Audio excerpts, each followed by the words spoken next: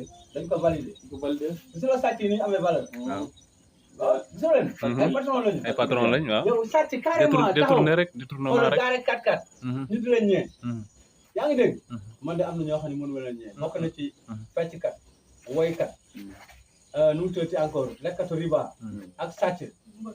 mbër footballkat. footballkat yi waaw. man mënu du ma leen ñee parce que ñooñu ñoo nekk ci pop yi nga xam ne day gàllankoor farata parce que jullit moog yéefar mën nañu dendee ay tool mën nañu dendee ay cantine mën nañu dendee ay kër mën nañoo bokk tali bi bokk dëkk bokk yoon bi bokk géej ngay napp fii muy napp fële ngay bay fii muy bay fële waaye nag waru leen a bokk fu ngeen di ute alal parce que moom amul lu aram te yow da nga am lu aram da nga wax ji bu baax même hôpital bu ngeen di fajoo sax waroon koon a bokk parce que moom mënul not seytaane te yow mën nga not seytaane kon bu dee sa docteur seytaane mën naa jaar ci moom rey la parce que benn waaye dafa mos a wax ne ma man daal li ma jaaxal mooy ñi ñu fi wooye ay kilifa diine ma ne ko mun ma ku ñu fi génn réew mi faji la boo ñëwee da ngay dee bu ñu ñëw dañ lay daaj ci kees lu waral boo demee doo wér te wér lañ doon uti ji ma ne ko ah boo laalee tuuti ci diine day moom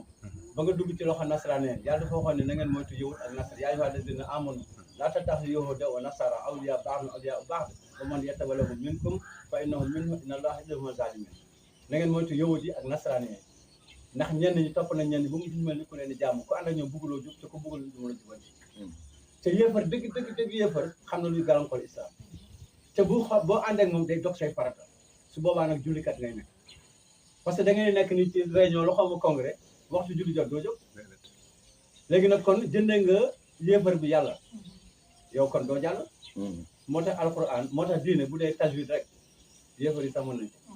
bu dee mokkal tari yéefar yi sax mën nañ mais dëgg muslim da nga am ay sens interdit waaw da nga am ay sens interdit loolu mooy li nga xam ne moo ci nag waaw moo tax war leen a bokk fu ngeen denc seen alal waxuma la mu loo koy dencal parce que buñ koy ful mën na ci tabax usine sàngara day gàllankoor islam mën na ci jënd ay mbaam xuux day gàllankoor islam mën na ci ay auberge yoo xam ne gars yi fa la ñu dugg def naka sa dul noonu day gàllankoor islam te fekk yow jullit bi yaa ko financé moo tax yooyu yaa ko war a yoral sa bopp waru leen a bokk aussi école bu ngeen di yaroo ndax yéefar bu la yaree doo am diine waaw doo am diine moo tax loo fi gis da ngay dem ba yore réew mi doo mën a jàng alxuraan doo mën a sax julli jaar na fi waaw jaar na fi waaw xoolal état bi passé rek waaw gars yi noonu la nirow ñoom ñi nag ñi ñoom jàng waaw jullit bi da nga am ay limite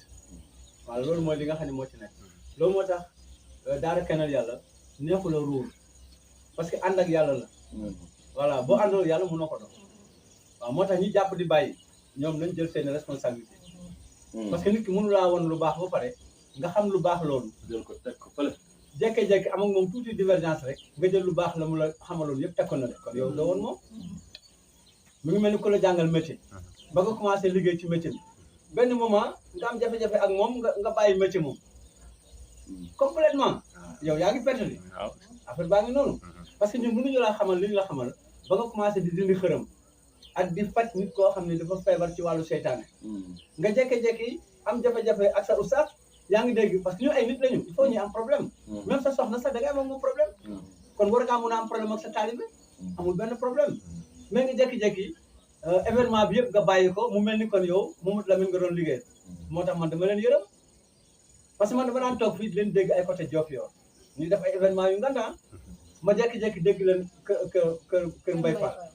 chaque année dañ daan toj kër Mbaye Fall bon ma jékki-jékki di leen dégg Médina jékki-jékki keroog dem naa Grand Yoff benn famille bu nekk foofu ñu ne ma yow de sa gaañu déggatuñ la te fii liñ fi liggéey ma ne ko waaw mënu ma non fii lañ daan nekk guddi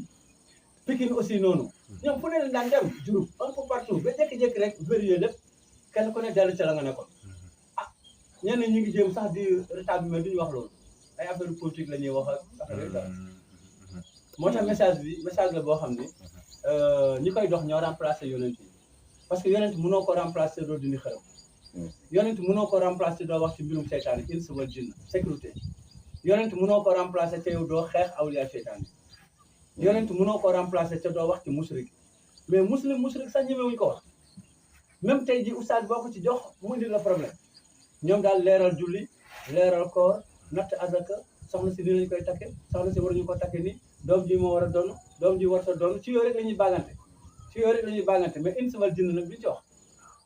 te awliya seytaan bi yàlla wax ne nañ ko xeex allazina amanu yuxaatilu fi sabilillahi wallazina kafaru yuxaatilu fi sabili taaxoot kan la yàlla waxoon fa xaatilu xeex leen fa xaatilu awliya seytaan inna kayda seytaan kaana ñan la ko yàlla waxal mooy gëm yi kon ñoom bokkuñ ci ñi gëm